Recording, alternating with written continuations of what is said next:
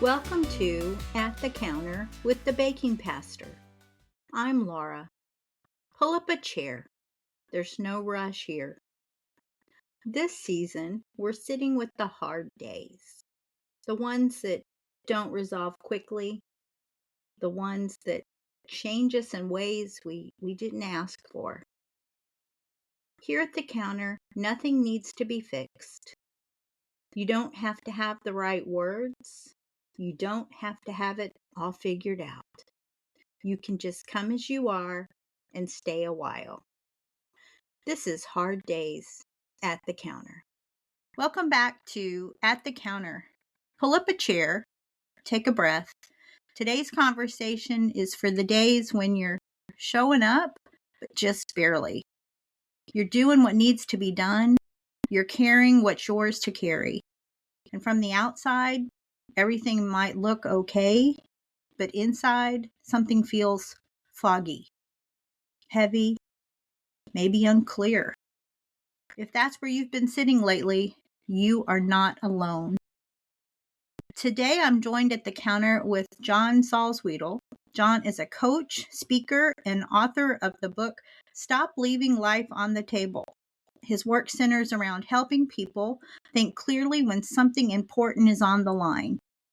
After nearly 30 years in the insurance industry, John began asking deeper questions about purpose, responsibility, and what it really means to have a life that fits.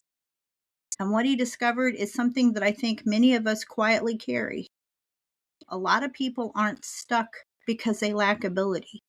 They're stuck because they're trying to carry too much all at once in their own head. Today, he works with people who are trying to sort something out, often something that matters deeply, and they don't want to get it wrong. He helps them slow things down, cut out the noise, and move forward with clarity. John, I'm so glad you're here with us today. Thank you, Laura. It's a pleasure to be here and looking forward to having a conversation with you. But before we go too far, I'd like to start here. When you hear the phrase showing up barely, what comes to mind from your life? From my life, showing up barely is probably a good description of a moment. It would be about 10 years ago. And I was CEO at my company, CEO and owner. I'd been there, like you said, almost 30 years. And everything was going great, looked good, look at it from the outside. But for me, going to work was hard work. Just going to work was difficult. Getting out of bed wasn't any fun. Doing the job was tough. I got everything done, but things that I could have done right now, I said, well, I'll just do that next week. And so I was putting things off. I didn't have the fire. I didn't have the excitement. I was surrounded by wonderful people and I enjoyed being with them socially, but work-wise, it just wasn't there anymore. I just wasn't excited about every day. Was there a moment when you realized that something needed to change, like immediately, or was it a gradual process? It was a gradual process, and I think for most of us it is. I don't think there are, of course, people out there that something traumatic, something big happens, and it changes everything. It changes who they are. It changes their whole world. But for most of us, we're in a job, the job works, or we're in a relationship, the relationship works, or whatever it may be. But every day, we're a little different than we were the day before, somehow, every single day. And so is the job or the situation or the world around us. And so we have little tiny changes that go along and we don't even notice it's happening. It's like the old story about if you put a frog in boiling water, he'll jump right out. But if you put him in cold water and slowly raise the temperature, he'll stay in there. It's a horrible analogy. I really hate it, but it's accurate. And it's what we do. Our life changes. We stay in there and one day we look at it and say, now, how did I get here? And why doesn't this work anymore? And so for me, that was a number of years. And then even after I realized something's not in alignment, what can I fix here? There was still several years there that I looked. I wanted to stay where I was because, I was with a good company and with great people. And the work we were doing was important. So I studied and studied and listened to all the greats and read and listened to anything I could find. Ultimately, even after trying to plug some things into that position, I decided that I needed to make a full change. Most people don't know. It's minor, small little things that might need to be adjusted. But for me, it was a little bit bigger. For someone listening who thinks nothing is technically wrong, so why do I feel this way? What would you say to them? The first thing I would say is don't feel guilty, because I did. I felt guilty. I had a great life, but something wasn't right. It just wasn't there. And there's hope for that.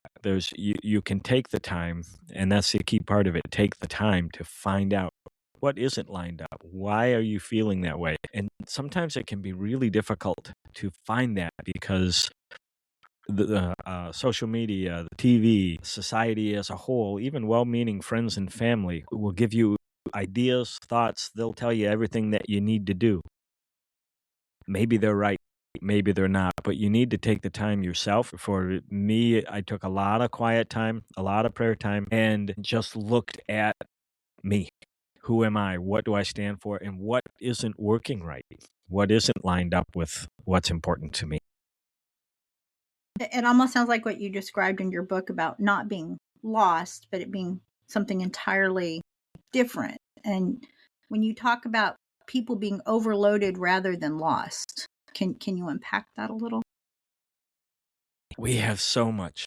The world is loud. The world is noisy. I actually just sent out a note to some people this morning about taking time to not be busy. We have so many things we do in our world, in our lives, and sometimes it is just busyness that accomplishes absolutely nothing. It doesn't match any of our goals. The only thing it does makes us feel good because we got some stuff done, but it doesn't further our goals. It doesn't further the goals of anybody. And because it is just constant bombardment, do this, do this, do this, you need this, you got to have that. Our brains just get overwhelmed. And it's hard to say no to people, especially people that we care about when they bring stuff to us, but sometimes we have to. But I was never one to do that. It was always, yeah, okay, I'll fit it in somewhere. And to say no to people that are important to me is difficult, but sometimes you have to do that. So it wasn't necessarily so much that I had no idea what I was supposed to be doing, but I had so many things that were outside of that, that were on my plate, that were taking my time away from getting focused the way that I needed to. And I think that that busyness sometimes creates like a fog that we're kind of in, and everything is there, but we can't. We're so busy that we have this block, and we're what they used to say. You miss the flowers because you're too busy with everything else, Yeah. and it's all about doing. And I mean, how many of us have? I mean, I'm looking at my desk right now, and I have like I don't know 4 or 5 checklists of stuff. We all have those. We gotta get them done. But so, why do you think so many people feel unsure about who they are or what they're supposed to be doing? I think most people are a bit unsure about that for a number of reasons. One is thing we talked about already. There's so many people that give us advice and tell us what we should do, and we don't find the time or force the time to look at it, to study it, to see who we really are and what's really important. And I think that's one of the biggest things that gets in our way there. And one part of your book, and I want to think it's the beginning, you were talking about the various lenses and how we see our life through these various lenses. How do Yes. you think the lenses shape the way we experience life?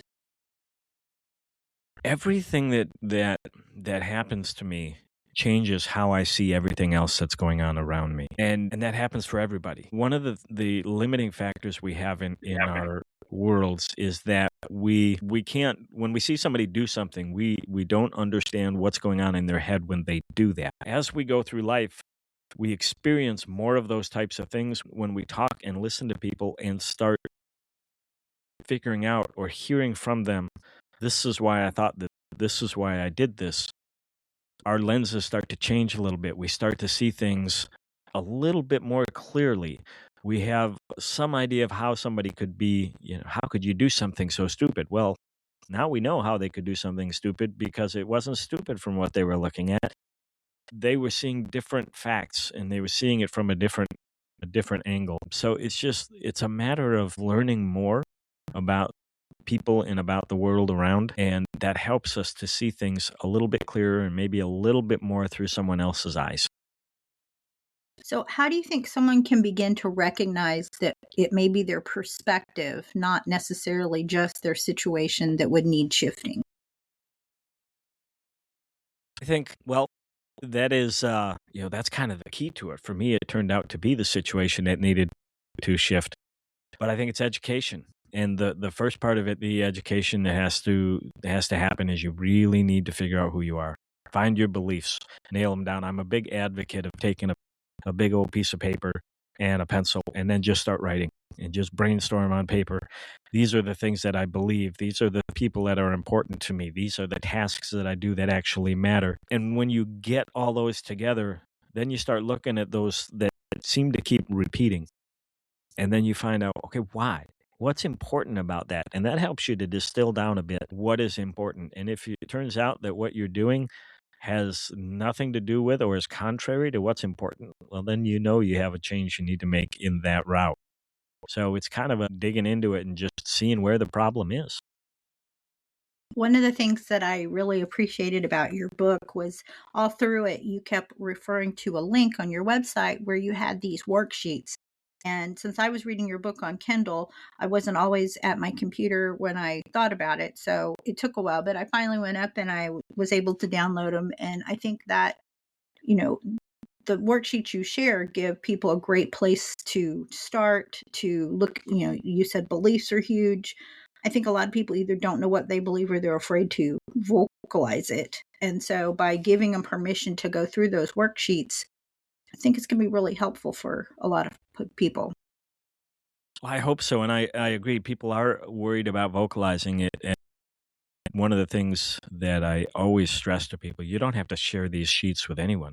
Fill them out for you. And if you don't ever want anyone to see them, go ahead and cut them up, burn them up, whatever. Use them to organize your thoughts, to get it all out there so you can toss it around and see what is important to you. So I'm glad I'm glad. I thought you were going to say you have these links in there and it didn't work, but I'm glad it did. No, it worked that I downloaded them and took a look. So I have a Kindle Scribe. So what I did was I uploaded all the worksheets there and I've been able to write on them. So they weren't something else adding to the counter or to my desk. Nice.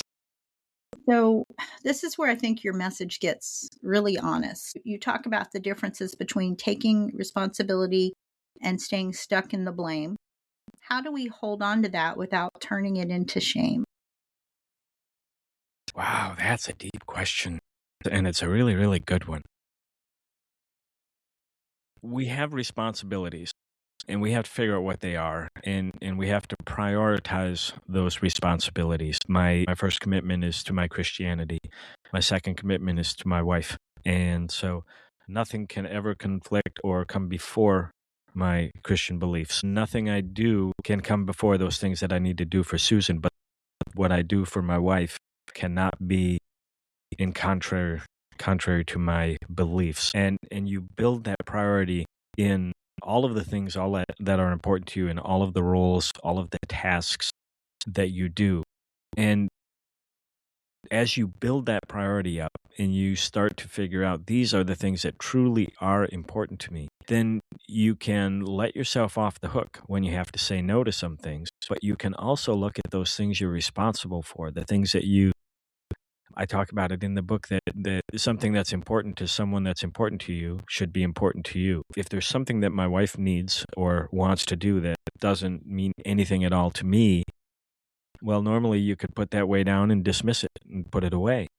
But if I have identified that that's an important thing to her, then all of a sudden it becomes much more important to me because it is important to her. When we do that, we get a better picture of what's important to us in all facets. And it gives us a little more freedom to say no to some things. And it gives us a little understanding or a reason for why am I doing this thing that doesn't directly matter to me. So that understanding clarifies why we do some of the things that we do.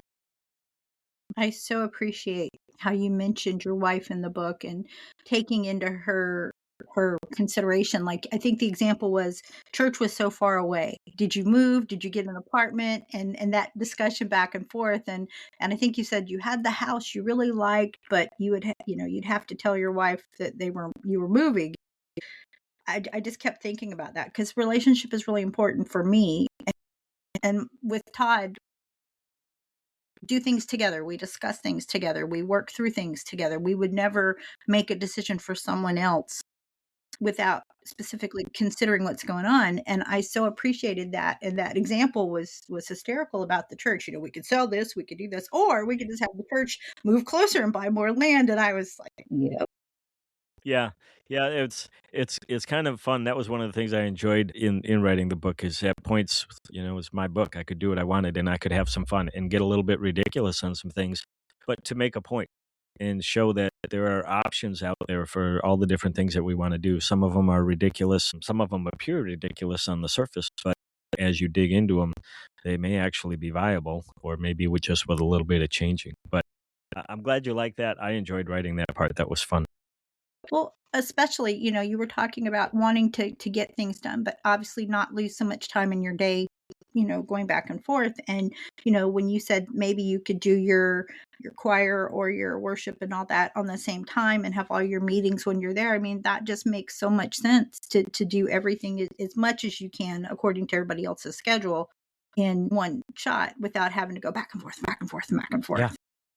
Yeah. Yeah, there's ways to I one of the things I always taught my kids is there's always a solution. And sometimes it's not obvious, sometimes it's a whole lot of work, but there always is a solution. Funny, Todd he'll come here, he'll say, we never say we have issues or anything. He'll come and say, we have a situation. Now let's come up with a solution. That's excellent. So for someone who's going through something genuinely hard, how do they begin moving forward in maybe a healthy way as opposed to other ways we see? We all go through things, and some people go through bigger, nastier things than I have or ever will. But everybody is dealing with something, and when you're dealing with it, it's big to you, even if it doesn't seem big to somebody else. And the first thing you have to do is allow yourself to look at it that way and say, okay, I got this problem. This bad thing happened. What am I going to do with it? And be okay with that. And then spend that time. What do I need to do to surround that? These are the things I know about me. How do I as an individual deal with these types of things, and what do I need to do for myself? Who do I need to reach out to help me deal with whatever this might be? And what are the options? And then take a step, do something. You may not feel like it, but if you make enough steps in the right direction, you'll find your way through it. And even if you don't know what your second step is, by the time you finished your first step, you'll know what your next one is. Because each step gets us a little clearer as you're walking through the woods. You can only see 10 feet in front of you. When you've gone 10 feet, you can still see 10 feet in front of you, which is 20 feet from where you started. So every little step makes things a little bit clearer for going through, and give yourself the grace to work your way through it. Yeah, grace is important. So I think there's also a deeper layer here about who we believe we are. You write that our worth isn't based on the success or failure, but it's on being created by God. How did that shift things for you personally? My wife and I have been involved. We did one of those things. This is a dangerous prayer to pray. So if you ever pray it, be aware God will use it. My wife prayed the prayer, God, break my heart for what breaks yours. And it's a dangerous prayer because he will take you up on it. And from that, we ended up having a young man who was living on the street, and he came to live with us for just 2 weeks while they were working on some new facilities in town near here. And that 2 weeks turned into about 2 years, and we've actually now known him about 9 years. He has two little kids that call me grandpa, and he's doing amazing. In that whole thing, I got to know him, I got to know his friends, the people that he knew, and through my own struggle of having a job that for whatever reason, was not in connection for me, I started noticing that in other people around. Some kind of hopelessness. I'm lost. I don't know what is next. I don't matter. The world doesn't see me. Things I do day to day don't mean anything to anyone. I started seeing that everywhere, and I was, I guess, in danger of going down that road myself. But the right things came my way to point out to me that I am made in God's image. And one of my favorite old sayings is, God don't make no junk. If I'm important enough to him that he would make me and fashion me individually to be exactly who I am, that he would come to earth and die so that I could be with him forever. If I'm that important to the creator of the universe, the creator of everything, what does it matter what others may see about me on the outside?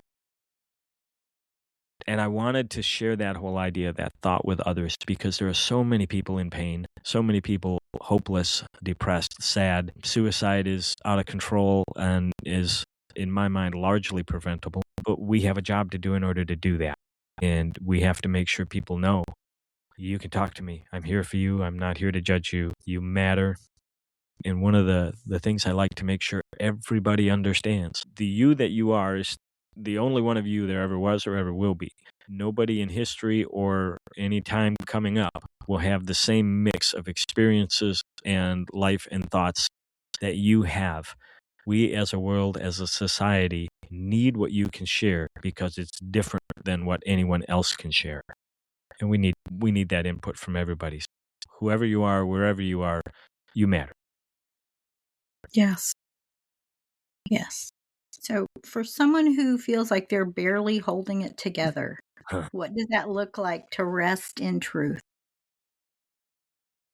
Sometimes it's scary, but once you get through that, get through the scary and get through I wasn't expecting to find this out about me, because you will find out things about you that maybe you weren't ready to hear or you didn't know you were going to have to hear.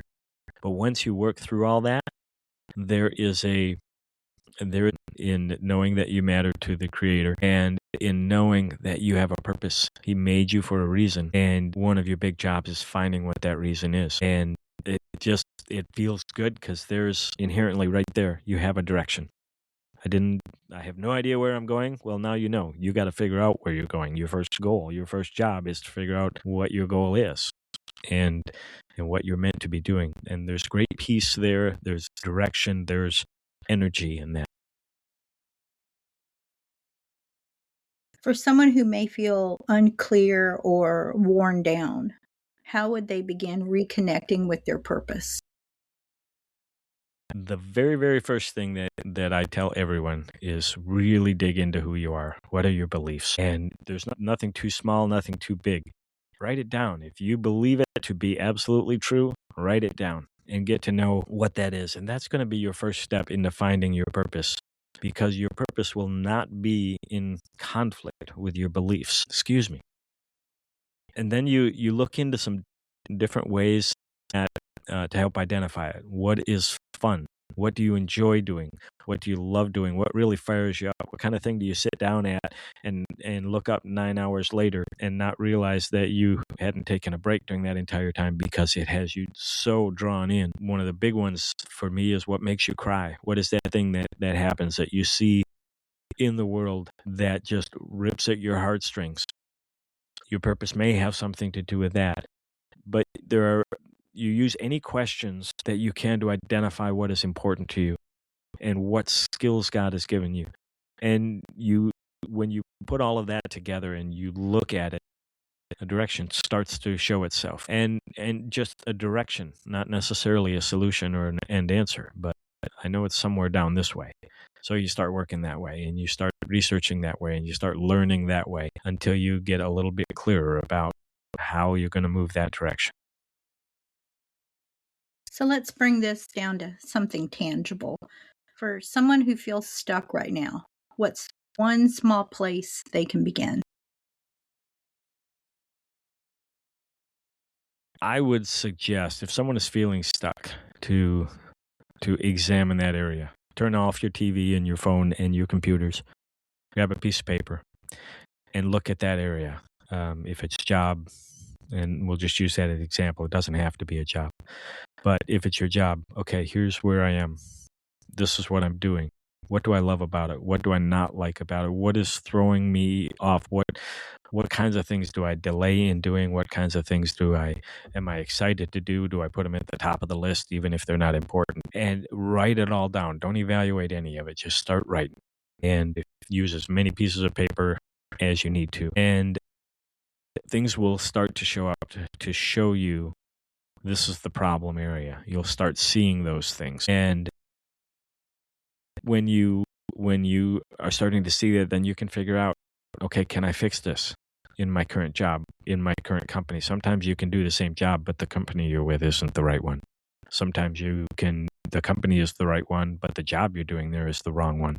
It doesn't match your skills. It doesn't match your passions.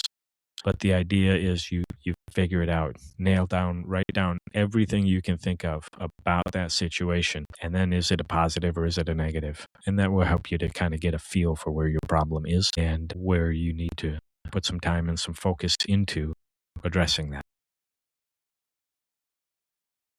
So, if someone needed to make some major decisions, why would identifying values be such an important step? Identifying values and responsibilities is important to those steps, so you don't make a decision that's going to throw off things that are important to you. An example would be, for me, had I encountered this situation that I went through. At the point I encountered it, my kids had moved out, and we were in a pretty decent financial state. I'd kind of made my mark there in that area. Things were pretty good. Had I run into that issue 15 years before that, my kids would have still been at home. And to suddenly say, I'm out and go into a new industry, going from a stable income with benefits to nothing, would have violated some responsibilities that I have in my life in taking care of my family. So by understanding where my beliefs are, where my responsibilities are, who is important to me, I get a much better feel and a much stronger idea of when I can make the changes or to what extreme I can make those changes. So, what does a next step actually look like when everything feels overwhelming? When everything is overwhelming, what does the next step look like? It takes time. You have to figure out what that next step is. And you use all the things we've talked about, clearing your head, getting all of your thoughts out there. And then you have to start looking at what you want that future to be. What has finding out about who you are, what has that told you about where you want to be, who you want to be, whether it's 20 years down the road, 10 years down the road, 5 years down the road. And there's a lot of talk about how to go through that, but the next step is something in that direction.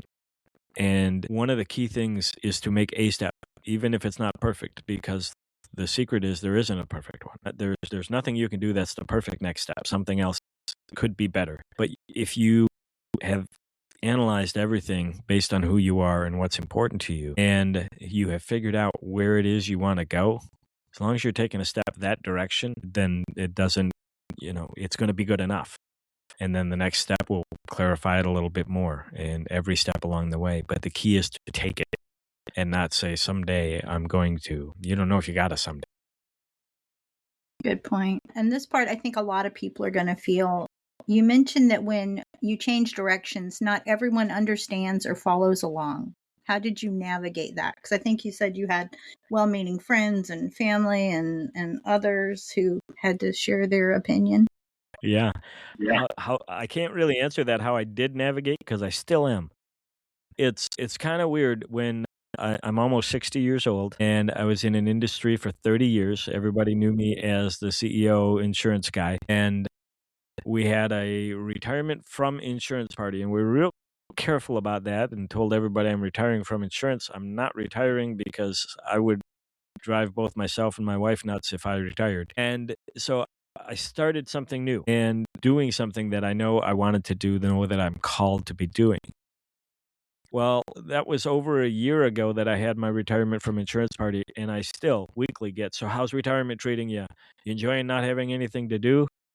I'm like, "Well, I'm working like 60 hours a week now, so I don't know that it's that you can call it retirement, but yes, I am enjoying what I'm doing. It's a lot of fun, but getting people to see me as that, as a coach, as a speaker, as an author is really difficult because they know you who you are. It's kind of like when you see someone from church in the grocery store. I know you, but you're not in the right context because I can't figure out why I know you. It's that same kind of thing. They know me as the insurance guy, and so seeing me as anything different is going to take a long time. So, how did I navigate it? Still am. How do you stay grounded when others question your choices? Ooh, I think it's because of the amount I stay grounded by the amount of work I put into figuring out what I'm supposed to be doing, and I try not to rely too much on emotions, but the emotions that I feel when I'm working with someone and I can see that they can use the kind of help that I can give or the kind of help that I can be a conduit for. The feelings that I have in those situations or when I think of those situations makes it absolutely clear to me that what I did was the right choice. Doesn't mean it was an easy choice. It's hard to go from having a staff of people to take care of all the stuff I didn't want to do to having me. And I have to take care of all this stuff whether I want to or not. And people around not being able to see me for the new role. These are all kinds of conflicts. It makes it all very, very difficult. But I know without a doubt that my step out of that industry into this one was the right one, was the correct way to go. And I keep building it as I go and learning, okay, I thought I wanted to do this part of it, but I don't. And so that next step changes and I'm doing this part instead. And building on the things that I know are true and trying new stuff to see what else is supposed to be a part of it. What would you say to someone who feels alone in their growth? You're not. We're all growing, hopefully. There's no staying the same. We're either growing or we're decaying, one or the other, because the world around you doesn't stay the same. So you're either getting better, closer to who you are supposed to be, or you're getting further away from it. And sometimes that growth is alone. Sometimes nobody believes you that, or it feels like it. You're not actually alone, but everybody around you is telling you it's a mistake. It's not the right thing. They don't necessarily know the things you're going through. And you, if you choose to, can explain that to them. They may not like it. They may not go with it, but you don't have to explain it to them. It's, it's you that you're working on. And when it feels alone, realize that others have gone through that. And there are people that will talk to you and will be supportive of you. And find those. And the way you find those is by being that person for other people and not judging when they're doing something absolutely nuts. Don't judge it. You can ask questions. Say, I don't understand why you're doing this, that kind of thing. But if you're that person for someone, they'll be that person for you. Some of them will. Some won't. Some just take, and that's okay. But there will be people there that will be there with you and for you, and don't be afraid to reach out to them. And if you can't find someone in your social circle, reach out to someone in a professional circle. Whether it's a pastor at the church or a therapist or a coach or a doctor or whatever it might be, whoever it might be, someone that you truly can talk to and share with and that wants the best for you. Yeah, don't stay stuck alone. There's people out there. Yeah. Yeah, I had lots of help. Some from people that I had always known I would get help from and would always be there. And some of the people I knew would always be there weren't. That's not a lot of fun to find that out, but it does happen, and that's okay. People are people. People are busy. Things come up, but there are those that are with you through whatever might come up. That's a very valuable lesson I learned when I was dealing with my breast cancer. There were people who had always been there who suddenly disappeared. So, yeah, you Yeah. can feel all alone. Yeah, you certainly can. You certainly can, and it's hard. You know, none of the stuff that I talk about, it's not complicated, and which it has to be that for me because I don't get into complicated. I'm a pretty simple guy, but it's not always easy. It's just because it's simple doesn't mean it's easy. And going through this and learning these things about yourself and about the people around you and about what God has planned for you, those are big questions. And they take energy. And when you're fighting with just the your whole existence and what it's supposed to be, well, you have less energy to go through that stuff too. So it's not easy. So get the help however you need to do that. So, I'd love to give you some space here. If someone listening today feels like they're barely showing up, what would you want them to hear? My dogs have comments on that. Hi, doggies. If someone is barely showing up, I'm sorry, they barked over the last part of the question. If someone is barely showing up, what would you want them to hear? I would want them to hear that there's a path through. There are things that you can do to find your way. There are people that will help you with that. But no matter what you come up with, you have value, just who you are. You matter just the way you are. And you are worth putting the energy in to figure out what is my life supposed to look like? How do I not leave any life on the table? What does that look like? And put in that energy. And some of it you need to do alone, but not all of it. And so do what you can alone, get help from others, get input from others, because people see you from their own lenses. You have your internal lenses. People have their lenses when they look at you, which is different than what you see. All of that information can help you find the direction you need to go. So just don't be afraid of it and don't think you're not worth it or your life is not worth putting in that much energy.